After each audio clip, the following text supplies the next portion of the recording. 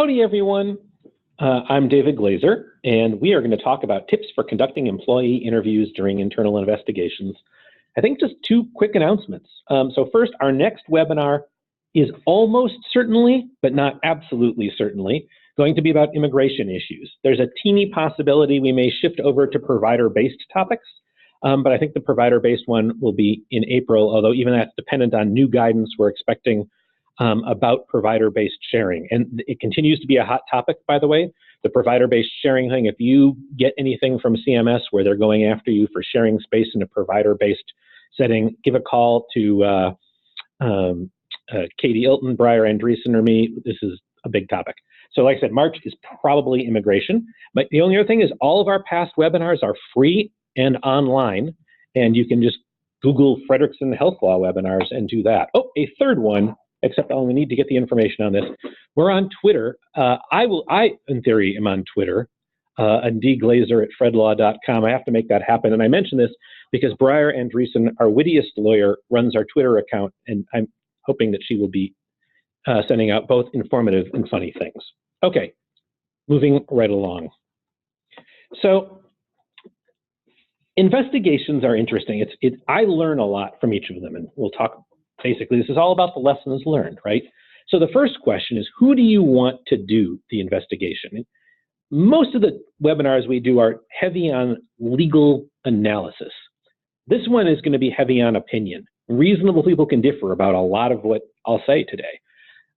So this is just kind of my thoughts as to how you want to get at some stuff, right? You have choices. You can have your compliance team go off and do things. You can have your internal legal counsel. You can hire a consultant. You can have outside legal counsel, or you can combine them. I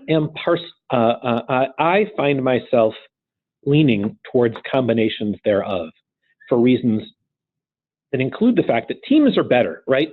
One of the things I've learned from these investigations is that I'm wrong a lot, and that other people will catch me in my mistakes. Two heads are definitely better than one when it comes to investigations. But there are also substantial negatives to using inside counsel for some things, and there are some substantial negatives to using outside counsel for some things. And we'll talk about how to get the most out of them. So I am a big fan of the team. Investigations are like this, and I've got a bunch of Gary Larson cartoons in here today because I love Gary Larson so much. You start to pull and you just don't know what you're going to find. Now, some of the people I work with have a belief that you shouldn't mix compliance and legal, that there should be a dividing wall between them that you don't break. And I strongly disagree with that. I think people who think it believe that compliance is sort of trying to do the right thing and legal is trying to get people out of trouble. And I wouldn't disagree with either of those characterizations, but I think that compliance is also trying to get you out of trouble, and legal is trying to do the right thing. And for people who struggle with this and think that there should be a glass barrier between the two, I would ask you to think about risk management. Risk managers spend their life trying to keep medical malpractice mitigated, right? It's a patient safety job. They also manage the litigation that comes out of it. And if they're doing their job well, there will be less litigation, but they then handle the litigation that comes up. And I don't think people think of those missions as incompatible. And I would ask people to look at compliance the same way. Legal and compliance have the same goal, trying to keep the organization out of trouble, and if trouble starts, do the best they can to mitigate the results. Now, I'm going to use an example today as sort of a benchmark, or not as a launching point. We'll just kind of as a fact scenario. We're not going to spend a lot of time on the facts, but it just sort of highlights some of the things that can happen. So someone's doing an exit interview with an employee, and she says, you know, I was supervised by this doctor. The doctor is taking kickbacks from a device company out in San Diego. They're having an affair. I hate it all, right? So you get this, and you have to figure out what to do. So the first question you've got is, are you going to look at all of this, right? You could just say, I'm not going to dig into this. And this is one reason people can differ. I am a fan of digging into things. I don't like the idea that a year from now there's some lawsuit coming out and someone gets wind of this exit interview and says, did you look into it? So I am a fan of looking into things. Now, the who should do it is a little bit tough here because we've got kind of an HR issue with the affair, we've got kickback issues, and we've got overcoding. So we've got three sort of distinct issues with three areas of expertise. And I am a big fan of having someone who knows the legal substance of the area in question involved in the investigation. And so that might mean we've got to put together a team because the person who knows kickback stuff is probably not the person who knows all there is to know about affairs. Overcoding and kickbacks, you might be able to get someone who knows both, but pick people. I think you put together a team with an expert in each of those areas. Now, how do you do it is a big question because we've got a device company out in San Diego. This could get expensive in a hurry.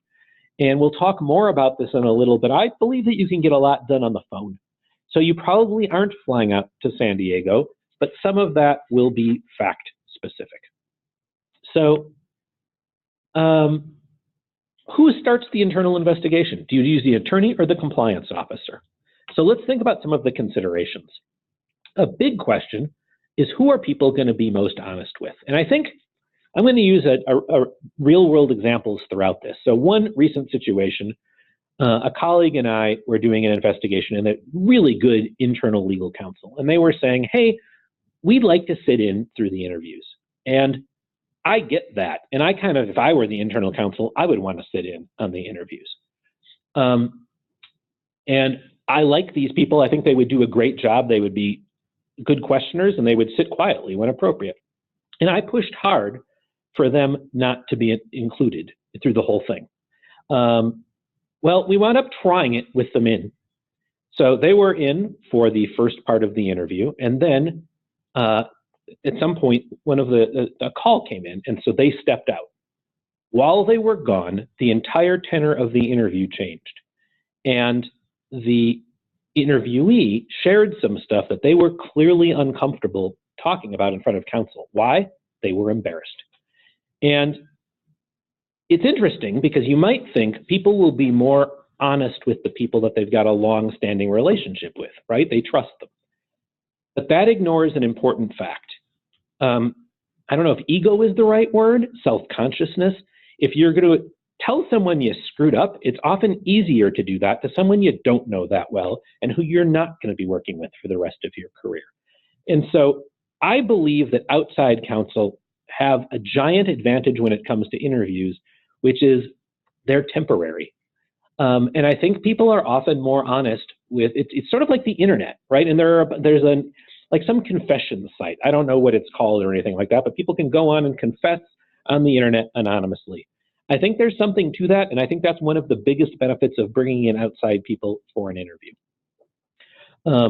Now, it isn't always true, and I am a giant fan of having inside counsel in the room to start off and say, hey, do the introductions, right? Here are the outside counsel, and there are a bunch of merits to that, and one of them is I want the employees to know who the inside counsel are. I want to know that they can call them. And in fact, if there's a subsequent phone call, my preference is that first call go to the inside counsel. So I think you start with them there. But however you do it, I am a big fan of having some time where the employee is alone with outside counsel and you can ask questions. One of my colleagues used to say of an administrator that he would never ask the next question. And so you'd get part way to the end, and then he'd stop asking questions before you got to the final answer. And you got to be a cynic to be a good interviewer because you can't believe what people are saying. More about that in a bit. Also, I think you want people in the room who know the substantive law, because if you don't know the substantive law, you're not going to get the right questions. So that's a super important component. Obviously, you need two people. There's a risk that one of them is a witness. Can you go above two? And the answer is you can. I don't want 7 people in the room. It feels intimidating. It feels very Star Chamber-like. So once you start creeping above 3, I get more concerned. But this is just opinion, right? Cost, obviously, bringing in outside counsel is more expensive. Never forget there's the possibility of insurance. If there's a government investigation, You might have insurance coverage, and if you've got medical malpractice coverage, many of those have riders that cover government investigations. They're less likely to cover something if it's purely an internal investigation triggered by someone raising a concern. But if there's a civil investigative demand or subpoena or something like that, you very well may have insurance coverage. And then obviously, privilege is there, but you can privilege an investigation, whoever is doing it, because you can use work product, and as long as counsel is directing it, privilege does not mean you have to have a lawyer there during the interview. So let's talk briefly about privilege, because I think there's an area of much misunderstanding. Heck, I've had misunderstandings on privilege. So the mother of all privileges is the attorney-client privilege. It covers communications with counsel, advice from the counsel, and also any advice that the attorney gets from retained agents. So I, as counsel for an organization, can say to a consultant, hey, I want you to take a look at the coding practices here. Please report to me so I can make determinations. That work is covered under the attorney-client privilege. And so one of my areas of poor understanding was, for a long time, I thought that was a work product topic. And it also can be work product, but as long as counsel is directing it, it's protected under the attorney-client privilege. Why does this distinction matter? Work product is only covered when it's done in anticipation of litigation, and attorney-client is broader. And so it's a better protection. So basically the question is, was this helpful in obtaining legal advice? And the attorney has to be in charge. So work product, as I was just talking about, is another protection, but it only works when you're doing something in anticipation of litigation. So you have to be able to say to someone, we thought there'd be a lawsuit. If you're just doing a coding review of every doctor in your organization, can you say that's in anticipation of litigation? That's a tough argument to make. You could say it in light of how many investigations there are in the healthcare world, but I don't think a judge is going to buy that. Plus, work product can be overcome and more easily than attorney-client protection. Like if the other side can show it would be substantial hardship to develop the information, that's enough for them to be able to pierce the privilege and get the information. One aside, if you have mental impressions, that gets higher protection. And this is a practical point. If you're writing interview summaries, it is helpful to work into your interview summary your thoughts and impressions of the witness and their demeanor and the like. We generally recommend you don't put exact quotes in as much as you get down the substance of what's being said in the words of whoever is taking the notes. The more it's a transcript, the more likely the other side will be able to ultimately get it. The more it's processed by whoever is doing the interview, the less likely the other side will ever get it. I just want to mention another protection that might exist out there that people don't think about, which is peer review. It comes up, for example, if you have an investigation, if Medicare is doing a credentialing investigation or other contexts, peer review can come up. And I want to go off topic for a moment and mention the Illinois counsel case. This is probably more for the lawyers in the room than anyone else. If you don't know the Illinois counsel case, you should. It's one of the more disturbing health law Supreme Court cases I've ever read. It's one of the few times I've strongly agreed with Justice Thomas. So Illinois counsel is a trade group in Illinois. They were challenging a law that applied to nursing homes in Illinois. And so they brought a declaratory action saying that if this law was, actually I guess it was a Medicare condition of participation.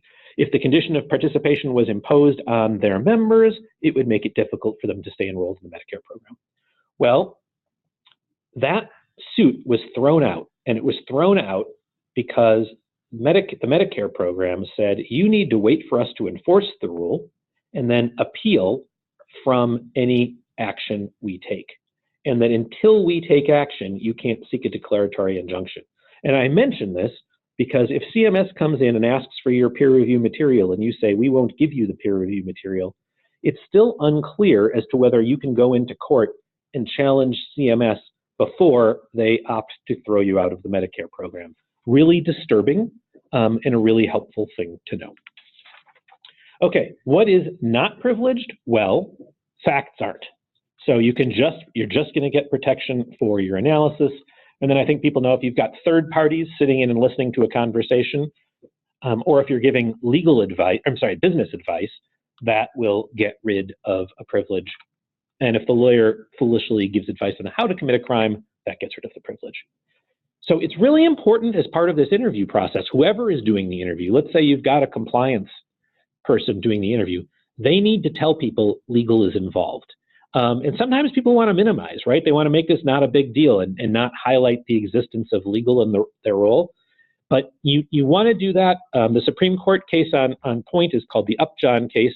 There's what's called the Upjohn Warning, which is when you explain to the person who's being interviewed that the lawyer who's there represents the company and not the individual, and that anything they say to the company lawyer is protected, it's privileged, but that the privilege belongs to the company and not to the individual.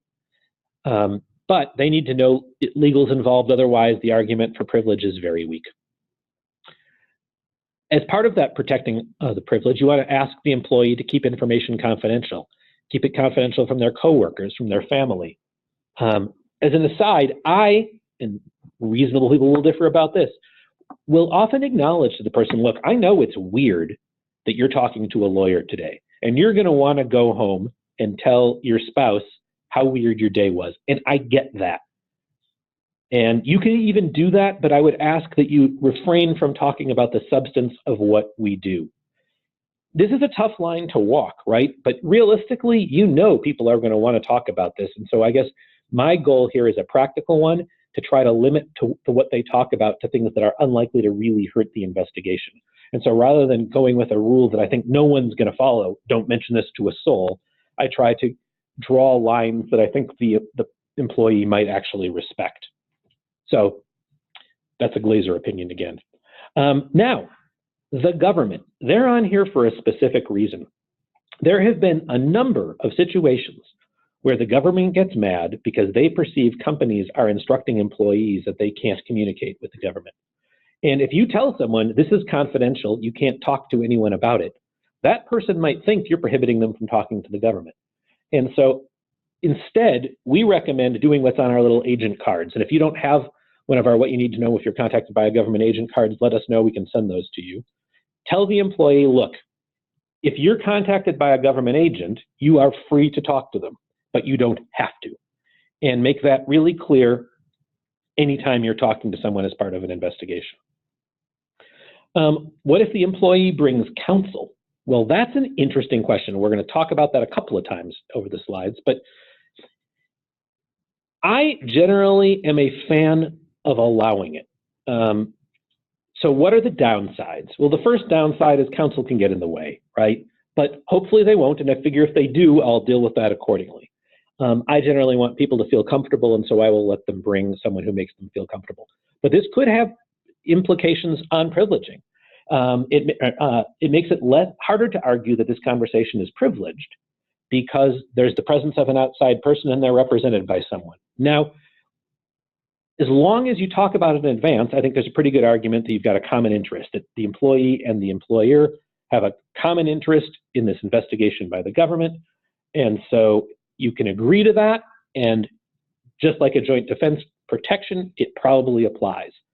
If for some reason the employee wishes to talk about what happened in the meeting, the fact that they had counsel there makes it very difficult for you to argue that, that the company has exclusive control over the privileged nature of the conversation. So allowing the employee to bring counsel will make it harder for you to stop the employee from talking about what occurred in the interview if the employee chooses to do so. That's probably the biggest downside.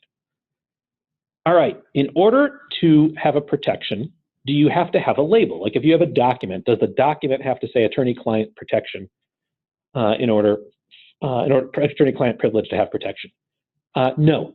It certainly makes the review cheaper because you often have reviews done by people who don't know all of the parties on there, but it is not required. I will say this, accuracy matters. And I want to tell a story now. I am often The people I work with are way smarter than me, and it saves me a lot. And so this is a tribute to Lucine Hoppy. So I'm going to call this the Happy Hoppy argument. I would never have thought of this on my own. So she points out, you're a kitchen sink labeler, right? So you put on a document, attorney-client privilege, attorney work product. What's the harm? Well, attorney work product is something that is done when there's a risk of litigation. So if you're labeling something work product, you're kind of acknowledging that you think there's a risk of litigation. Well, does that mean you have a duty to preserve documents? Because when you're in litigation, you have a duty to preserve documents. Really good point by Lucine. And I wouldn't have thought of that, and it's why it's good to work with people who are smarter than you. I will also mention, because I don't think I put this on a slide later, it's important to emphasize to employees the need for document preservation. I take it back, I do have it on a later slide. All right, consultants. So when you hire consultants, this is a point we've made over the years many times. There are some great consultants. Consultants save my hide all the time.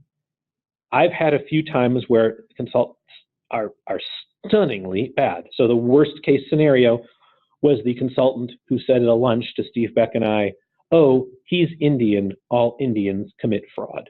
And that woman is out there selling her wares to people to this day. She's a consultant, she does coding reviews. You don't want to hire her. But that's just do your due diligence if you're going to bring someone in to meet with your employees. Good consultants are great, bad ones a disaster. Okay, do you record an interview? And I can't emphasize this enough. I don't believe there are really circumstances ever where you want to do a recorded interview. First, it scares the socks off of your interviewees. I once had a summer associate who I was supervising in a pro bono project, and without telling me, he whipped out a dictaphone and dropped it on the desk in the middle of an interview with the pro bono client, and I thought that the client's eyes were going to bug out of her head. She looked so nervous. No upside to that. It makes it much easier for the other side to argue that they're entitled to a copy of it. And even signed statements are more likely to be discoverable. So there's just no upside to recording an interview.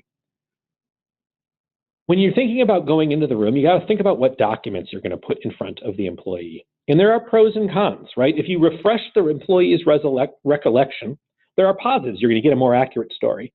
But if that employee is ever deposed, they might be asked what they were shown as part of that refreshing the recollection. So putting a document in front of someone increases the odds that that document is subsequently discoverable. Now, I am a fan of using the interview as a means of educating employees about our defenses.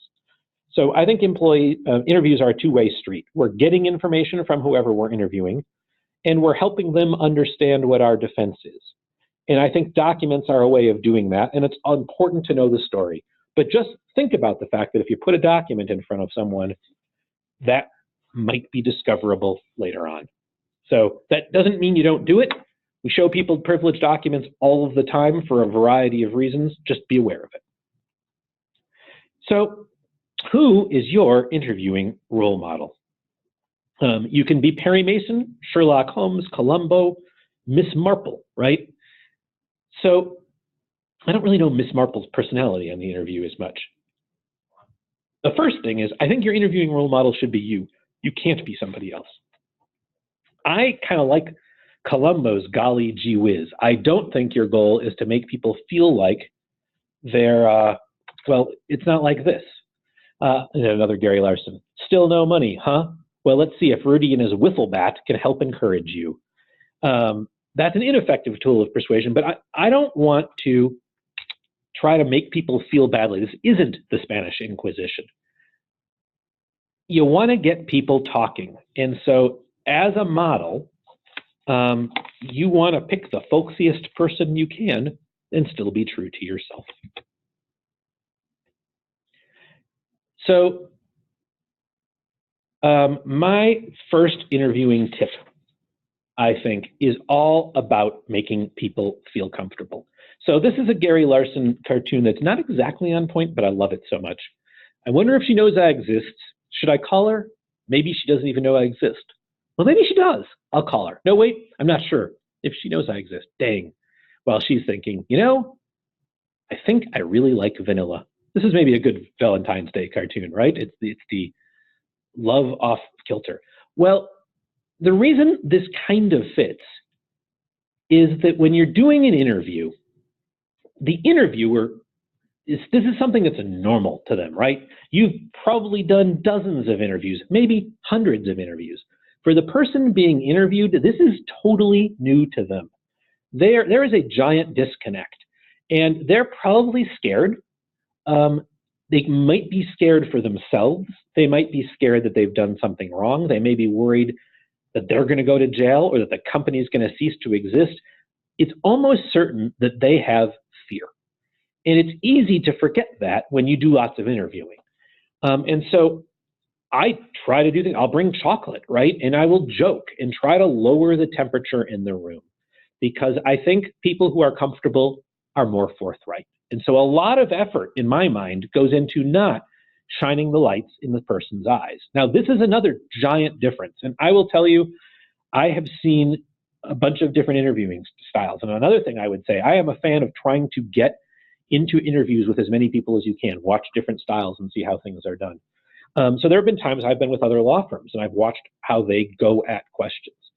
And I think a lot of people feel like they're trying to cross-examine someone. Now, confession, my first debate, I was ranked on a 1 to 5 scale. One person gave me a 5 for my cross-examination, and the other judge gave me on a 1 to 5 scale a 0 and said that I was snotty. This was in high school, and I hope I don't know that I've gotten past that, but I've tried to learn from that 0 and avoid the snottiness, right? But a lot of people think that the trick here is to trap the person. And that shows, and it makes people react differently. I am a big fan of the you can disagree without being disagreeable, be friendly, okay? Another thing, let people talk. So this is another real world example. I was doing an investigation with another law firm. The other law firm was responsible for the employment element, and we were responsible for the healthcare element. The question was whether or not employees were following a policy. So the other lawyer with whom I was doing the interviewing had authored the policy in question. And she felt compelled to start off by saying, so there's this policy that says X, Y, and Z. Now, our whole goal of the investigation was to find out if people knew about the policy. She was giving them the answers in the question. It was extremely unhelpful. And I think part of what was going on is she felt a need to validate that the policy was out there and people knew about it. Well, it isn't helpful at all. And so one of the things I do that's wrong is I will say, is it A or B? That's a terrible way to ask a question, right? First of all, it ignores the possibility that it's C. So open-ended questions are the way to go. Don't put words in their mouth. And then stop talking, right? This is where Depeche Mode carries the day. Enjoy the silence. And I learned this lesson from an OIG agent who died some years ago, Tom Maroney. He was an agent in the Twin Cities, really nice guy. And his interview style was to ask a question and sit there and just let things transpire. In fact, often he would just sit there. He was one of the quieter guys I've ever known. And you'd fill the silence and get people talking. And that's a great strategy to use. Let people, if there is silence in the room, they will often fill it. And so let that happen. Take your time. Use the interview as a chance to let people know where you're trying to go. They can then argue with you or not as they see fit. So, for example, if I'm doing an E&M interview, I might ask them, hey, do you think documentation is a requirement for billing? So first I'm going to find out what they think. And if they say, yes, it is, I'm going to say, well, were you aware of the Medicare statute that says that if you furnish information sufficient to show something was done, that is all it takes. And so you could furnish the information another way. And I'm first learning what the witness knows, and then I'm helping them understand that maybe they had a misperception of the law. And I think education is a key part of this. Do things your own way. I was working for a client in Missouri that did not have a lot of money. They had employees all over the country, or some former employees all over the country. There was no way they were going to be able to fly me to interview each person in 7 different states. Just wasn't realistic. So by necessity, we did telephone interviews. I kind of thought it was a terrible idea. I was wrong. Actually, I think the phone interview was better.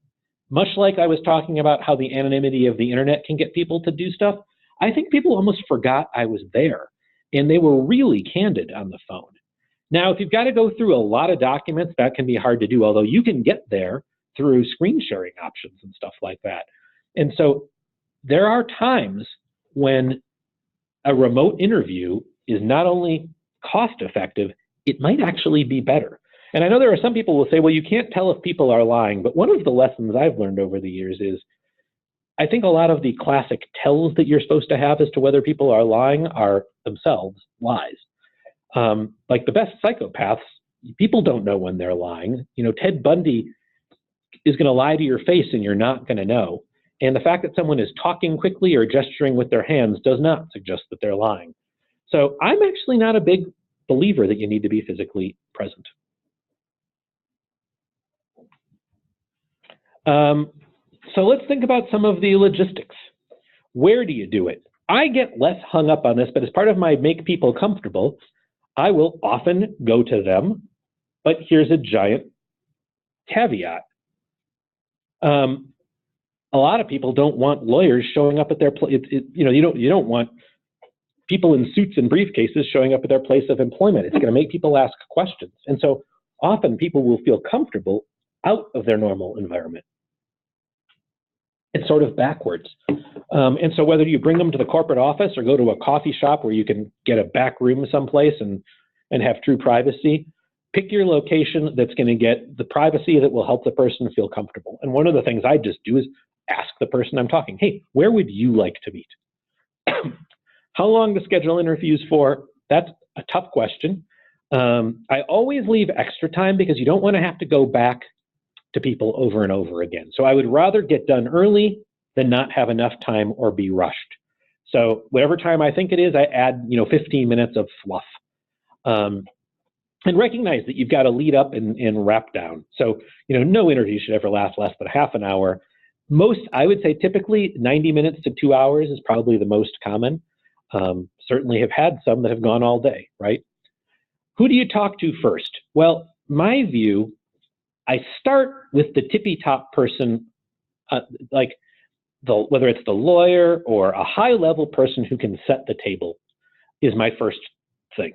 Let's get the basic facts, kind of what we think the lay of the land is. That's my first person for 2 reasons. First, they'll probably know the big picture. And second, I'm figuring I'm going to be able to go back to this person multiple times. So I'm going to do 1 or 2 interviews with those high level people. Then I'm going to the people at the front lines. And if there's anyone who has done a bunch of interviewing it will learn is what the people at the top think is happening in reality is not what's happening in reality. And so those initial interviews with the frontline people are going to teach you a bunch of stuff that you were completely unprepared for. And you know that. And so you go into those interviews expecting to be surprised, right? People don't know about the policy. A favorite recent story. I'm in with the compliance officer. The compliance officer introduces himself as the compliance officer. We start an interview. We get done with the interview. As part of the ending of the interview, you say, hey, do you know who the compliance officer is? And the person says no, right? They've literally been in the room with them.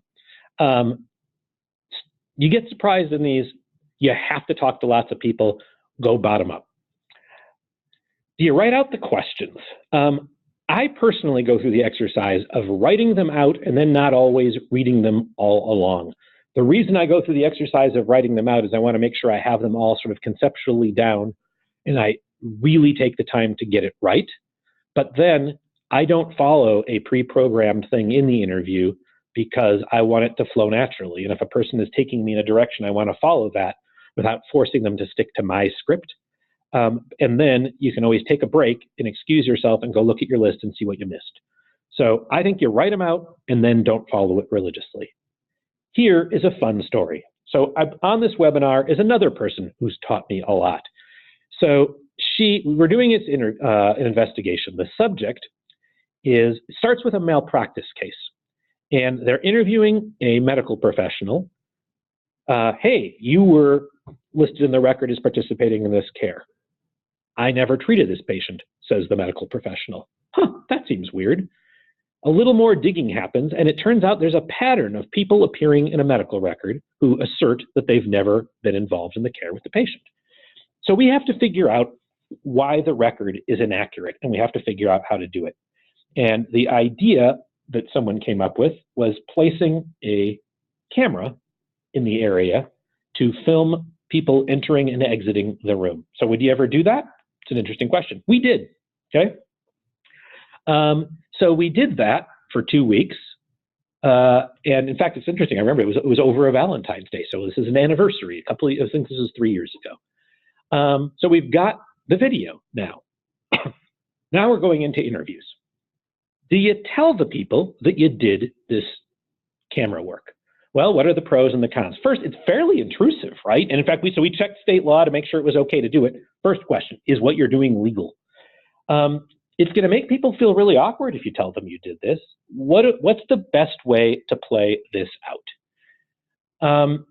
I am a fan of wanting to know everything the person knows and wanting to know if my theories hold water. And so I don't want to get surprised later and find out, well, yes, we had a video, but we hadn't considered this factor. So opted at the very end of the interview, after we'd pinned the person down on the story, to show them part of the video. The person came up with a story to explain away the video. Basically, they claimed that the person in question was in the room, just not in the view of the camera that because we're shooting in one direction. The person was standing right below the camera, says the interviewee.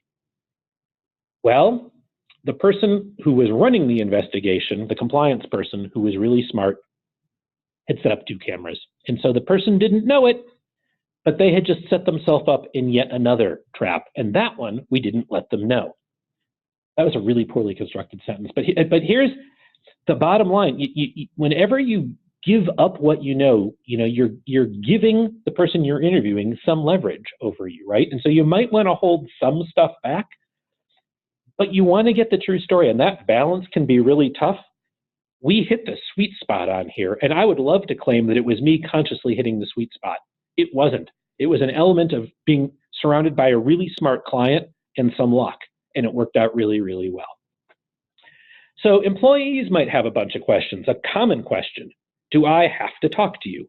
Well, legally, no, but you can fire them for not talking to you. So they may think, hey, I have the right to remain silent, and that's a legal right to remain silent, but that's really different from a employment right to remain silent. You can fire someone for not talking. So can they bring an attorney? They don't have a legal right to bring an attorney with an asterisk. There could be union rules in there, right? So if they're a union employee, they might have the right to representation then. And that's where I have to go to our union people, right? This is not my wheelhouse. But otherwise, they don't have a right to bring an attorney, but I'm generally going to let them anyway let them be comfortable. There's the famous, is this confidential? Gary Larson captures this one perfectly. My next guest on the monitor behind me is an organized crime informant. To protect his identity, we've placed him in a darkened studio. We go to him now.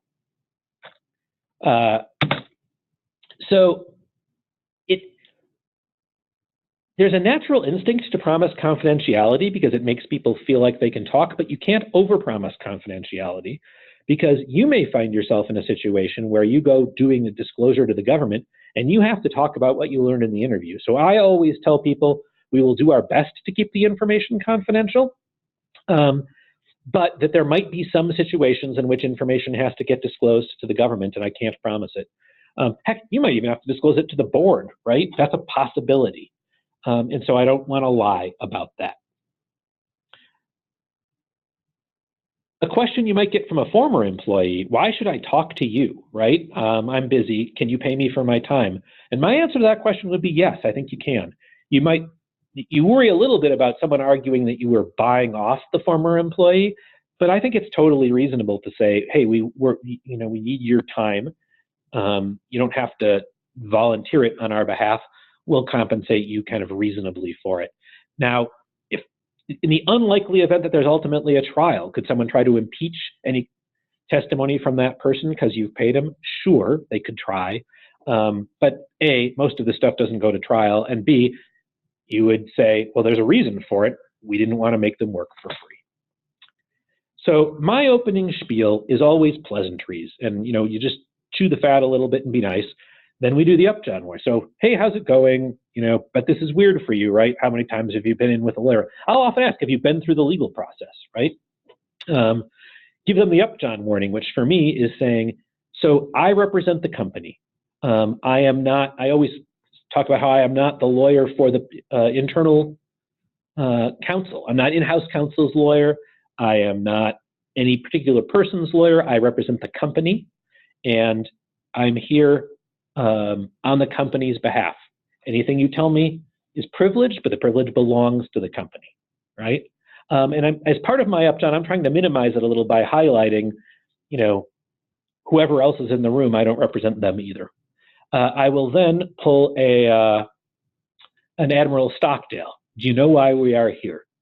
So that Admiral Stockdale is Ross Perot's running mate back in '92, who started his debate with, why am I here?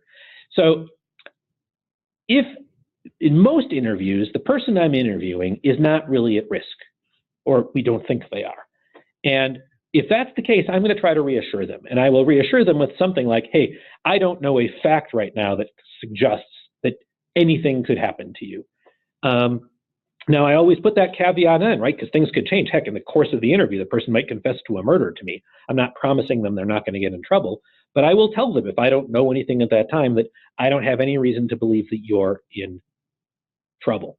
Now, one problem with doing that is if you do have reason to think that they're in trouble, you're not going to be able to give that reassurance, right? And that silence may say something. But I'm not going to lie to people on this. The cops can and do lie about this sort of thing. I will not.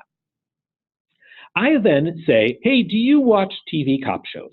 And I'm doing that for a couple of reasons. One, it's sort of a friendlier way of getting at stuff, but then I will explain that when they believe that they're not supposed to give hearsay and other sort of legal principles that people who watch trial television kind of think they know, doesn't apply here.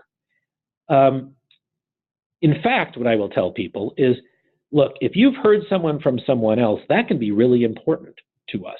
So I want to know what you know, and I want to know what you've heard. If we were preparing you for a deposition, we would tell you only answer the question that's asked and don't talk about rumors, right? This isn't a deposition. If you think I'm missing a question and I should ask you something, chime in, save me from myself, and just tell me what you know. But if there's something on the street, that can be the most useful information out there, because if everyone is talking about something, that A, could be the source of the investigation and it's wrong and we can squish it, or B, it's the source of the investigation and it's well-founded. So I want to know rumors. And I'll ask people to tell me about what they've heard. In particular, people will often report what others say more than they will report what they think themselves. And so a great mechanism to find out what someone actually thinks is to say to them, hey, what do you think other people think? I always tell people, I can't tell you what other people say. And the reason I mention that is because it highlights the fact that I'm not going to rat them out later. And so if someone asks me, hey, what have other people said? I will say, well, I can't tell you, for the same reason that I can't tell them what you talk about. And then here I mentioned the document preservation, and I usually use Fawn Hall as an example. It's dated now. Fawn Hall was Oliver North's secretary, and she was smuggling documents out in her boots and bra. And I will highlight that kind of because it's a funny image and it's a memorable one, and to highlight the number one reason people get in trouble in investigations is either for lying or destroying evidence. And that if you happen to go back to your office and do an email cleanup, that can make life a lot worse for everyone. And so I really emphasize the document preservation thing. So something to think about, captured well by this Gary Larson cartoon. Now calm down there, ma'am, your cat's gonna be just fine. Never assume anyone is who they say they are in an investigation. It's bad to live your life thinking everyone is a liar, but when you're doing investigations, you really can't trust anyone. You got to assume that the person who you're interviewing is wearing a wire, and that entire interview will go back to the government. And so the way you ask the questions might go back. If that person is a relator, they could be recording that conversation and turning it over. Assume that that's the case. That has not happened to me yet. I bet it will someday, right? All right, so substantive topics. So we, in our example, we had the overcoding stuff, and I've alluded to this one a little bit. I'm going to ask people to try to get at, hey, what was happening on both the coding front, but what was actually occurring, right? Was stuff being done but not documented in the medical record? And I want to get to the substance so I understand how the paper reflects reality. And that's where part of I'm going to be educating the person about the fact that if it isn't written, it wasn't done as risk management advice, not the law.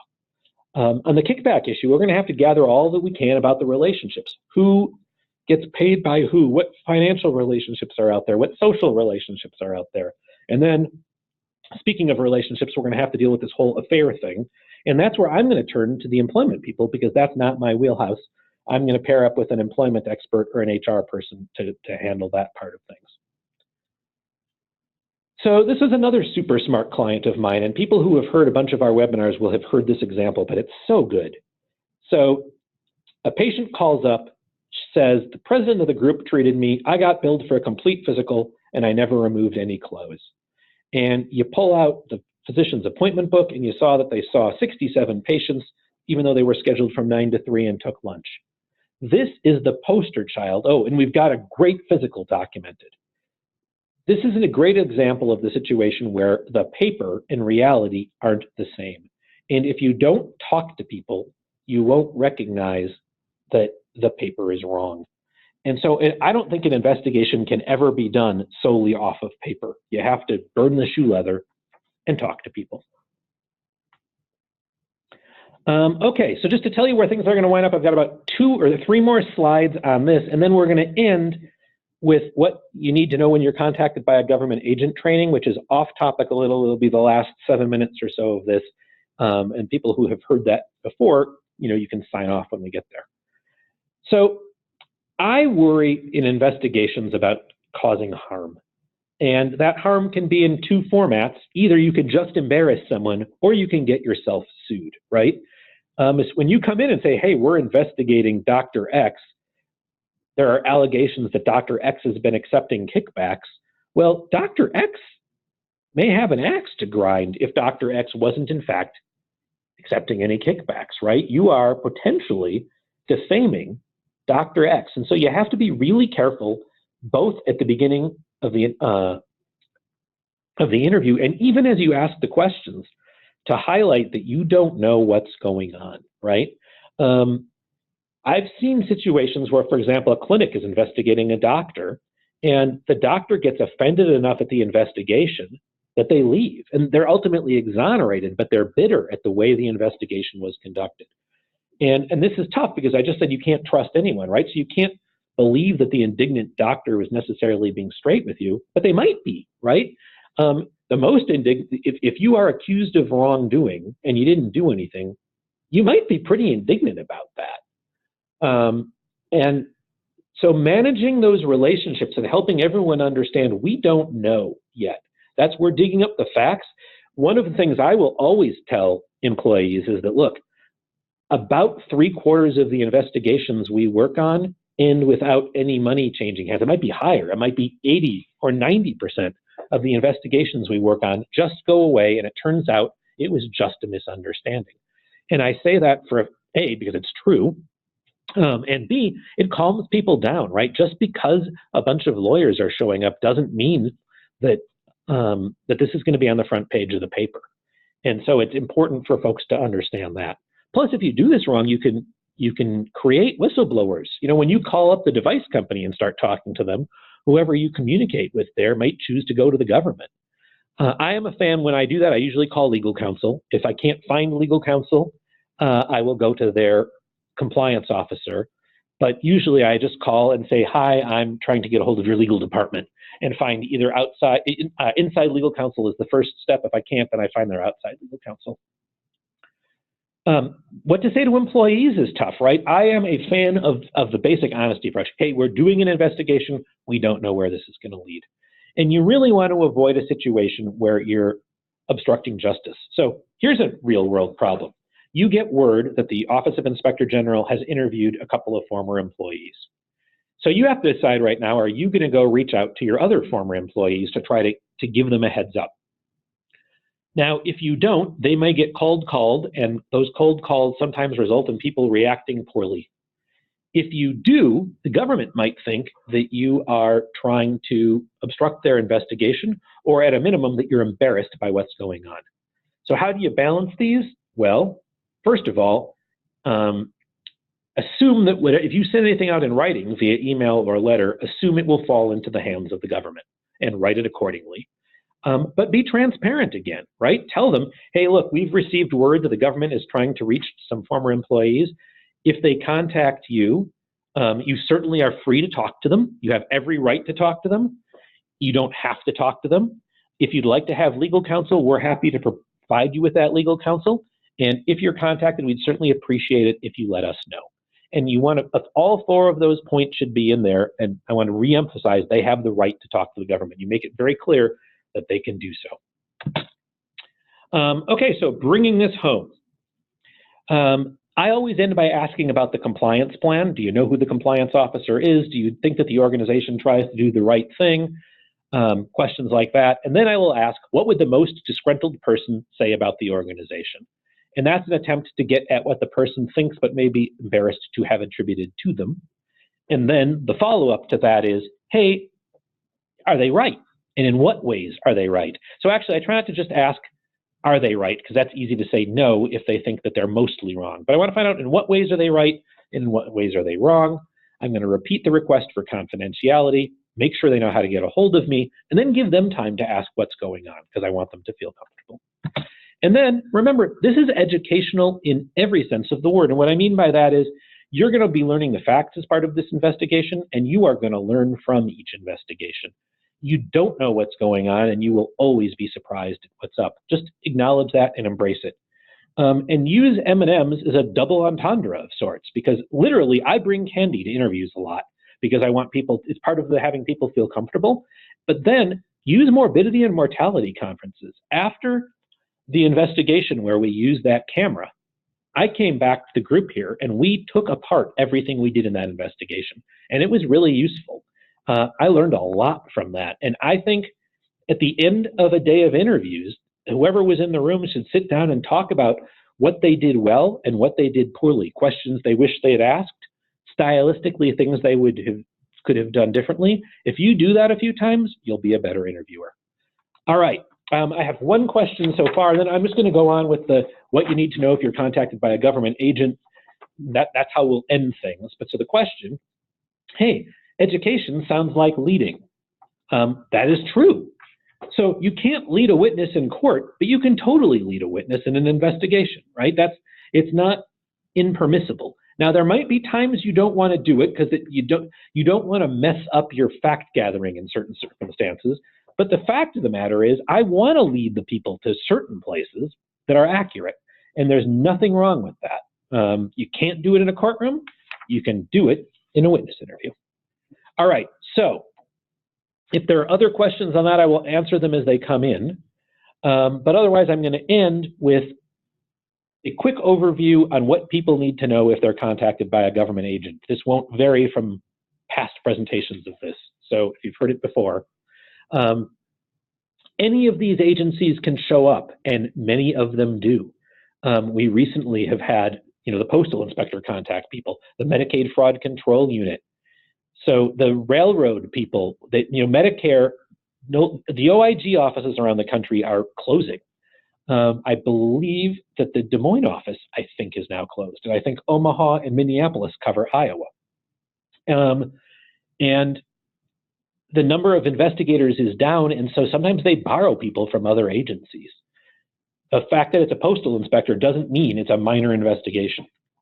And the fact that it's an FBI agent doesn't prove it's criminal, although it's a worrisome sign. Oh, and I promised my daughter that whenever I leave this shark on, I will say that sharks are really not bad, and that I apologize for including this because she loves sharks. So Zoe, that one's for you. Beware of the routine audit and any denials. If you're getting denials on a regular basis, something is up.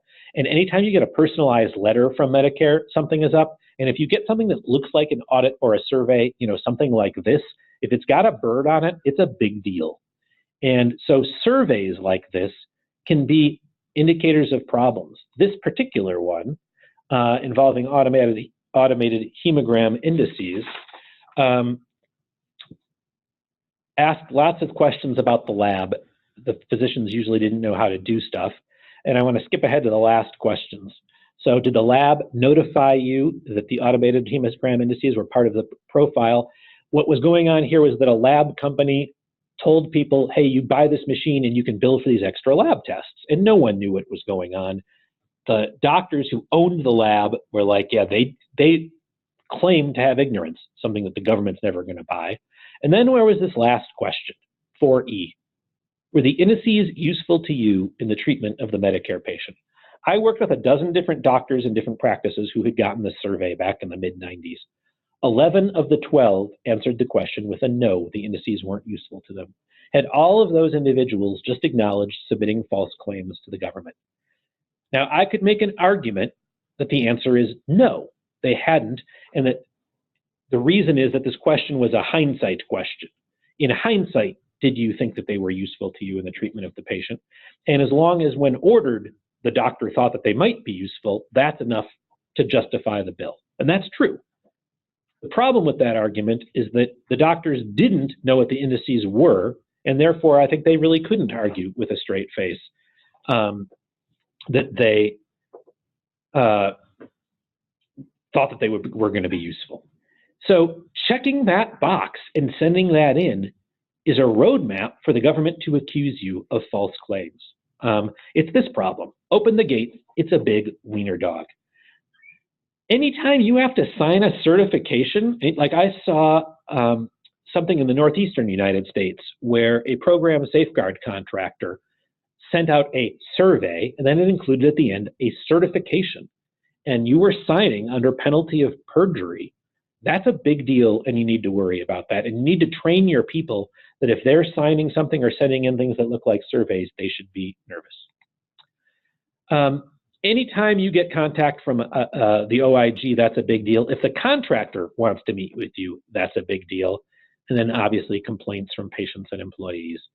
I don't worry about a request for one medical record. Those are usually cert requests and almost never a giant deal.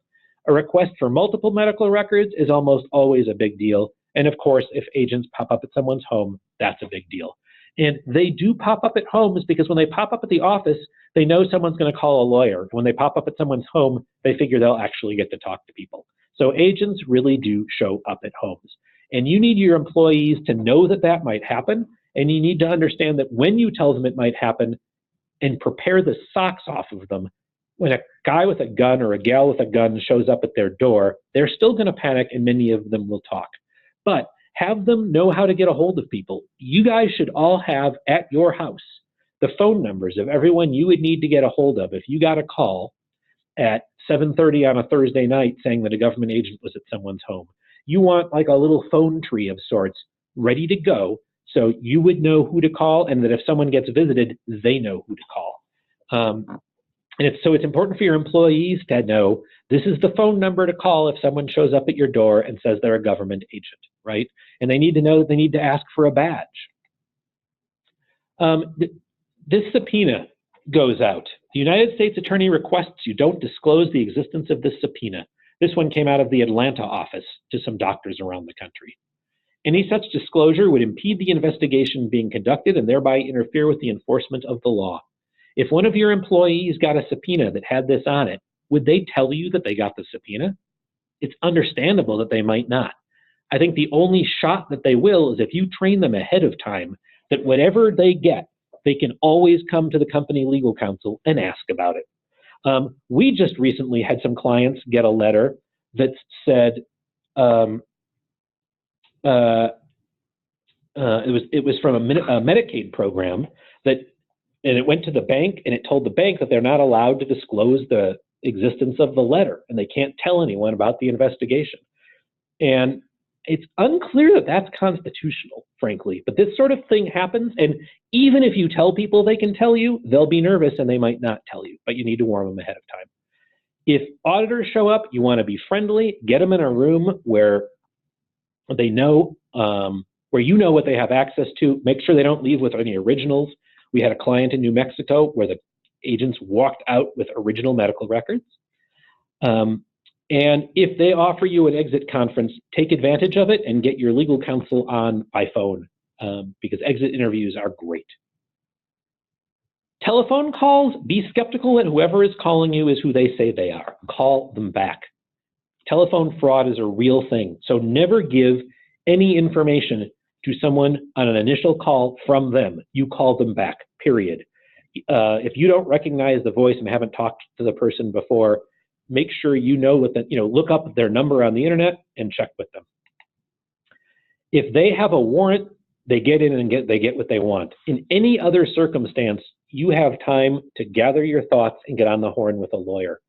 So the Medicare statute gives Medicare immediate access to records, but it defines immediate access is within 24 hours.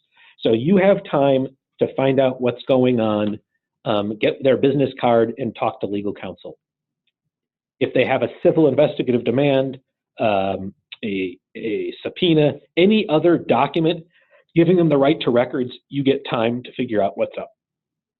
They will take the dog okay sign, the beware of dog sign away and replace it with a dog okay sign and tell you that it isn't a big deal.